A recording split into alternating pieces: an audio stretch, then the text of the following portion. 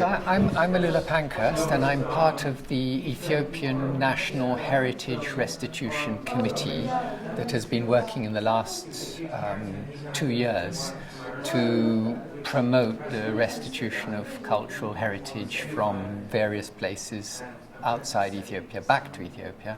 And one of the most important examples is from the Magdala expedition, where the British with Napier went to free the prisoners that Emperor Theodros had been keeping.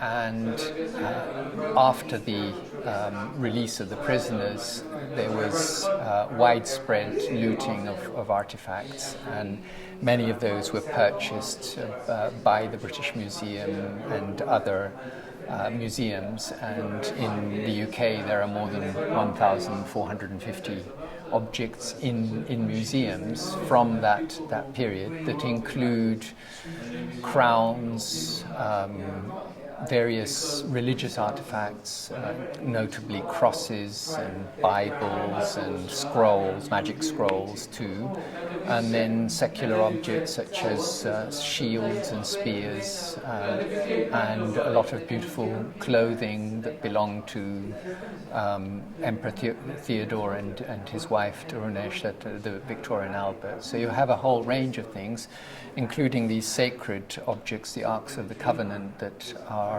what makes churches holy, that represent the tablets of Moses with the Ten Commandments. So it's a very diverse set of objects that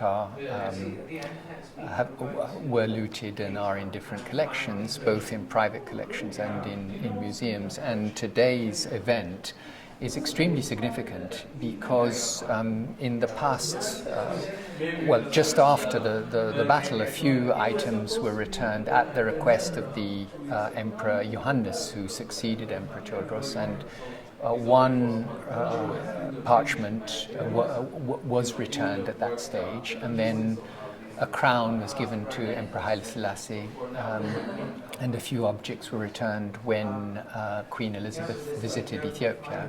So there were a few official returns, and then in the 2000s there was an organization established in the UK called the AFROMET, the Association for the Return of the Magdala Ethiopian Treasures, in which my father, Richard Pankhurst, was involved in, and a number of people, and various descendants of soldiers who went to Magdala voluntarily returned all kinds of artifacts such as shields and ornaments and clothing, prayer books, and so about 20 objects were returned.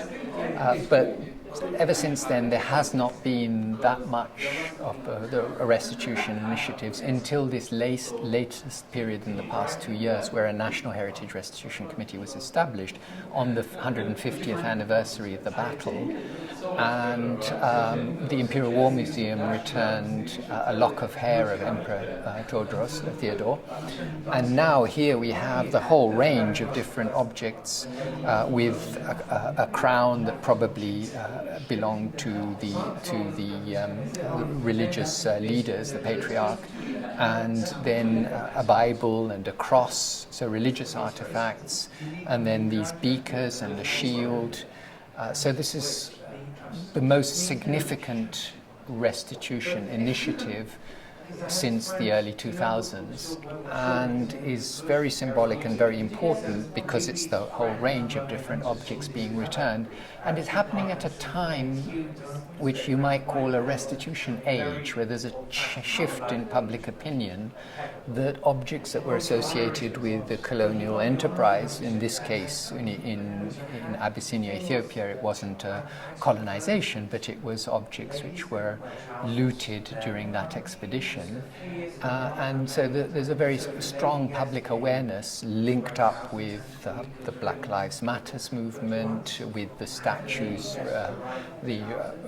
the idea that statues that represent people that were part of the colonial enterprise should not be kept, and that museums should be much more about retelling the colonial heritage in a different way, and that objects, particularly those that are sacred, like these Arks of the Covenant, that are 11 of which are in the British Museum and which are unfit for purpose. The tablets. The tablets cannot be displayed. Yes. The British Museum has quite clearly accepted that principle, so they are never shown to the public, and only the priests come and ritually perform the prayers monthly. So if these objects are being kept but cannot be displayed, and the purpose of museums is actually to educate the public, then it's an anachronism and absurd to keep these objects. And when they are returned back to Ethiopia, the jubilation is extraordinary. So there was a tablet discovered in Edinburgh, and in the early 2000s it was returned, and the crowds thronged the roads and came to the airport to receive this tablet. And so the patriarchate and there was jubilation, and so I am convinced that this most significant return that Scheherazade Foundation has organized today is the most important symbolic and dramatic example that represents this new way of thinking, that these objects have no value when they are out of their context, and when they are returned, it creates a lot of interest and strengthens the relations between Britain and the UK, because Ethiopians acknowledge that this is a voluntary decision by, in this case, a foundation, and in some cases through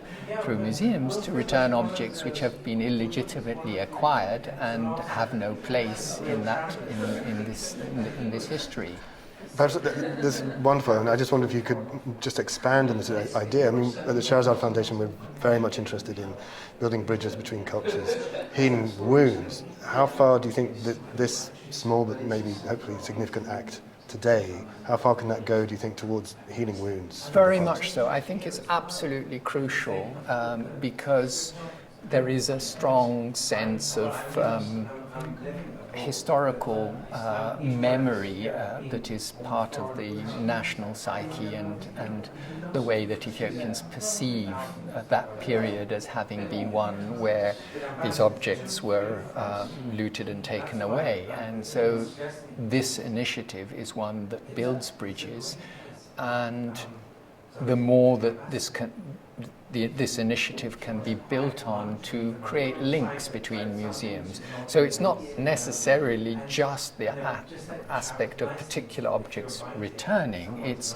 creating a global knowledge. We live in a global village, and links between museums here, museums in Ethiopia, researchers. The digitization of manuscripts is another way forward. Now one can make very good facsimiles, so you can have the original going back to Ethiopia, and exactly the same thing that nobody can distinguish kept in the British Library in the Victoria and Albert, or vice versa. So actually there is a lot of potential for it actually educating the public, creating better links, and an admiration for this cultural heritage, which is extremely rich and diverse and really important, and still very significant to people in Ethiopia.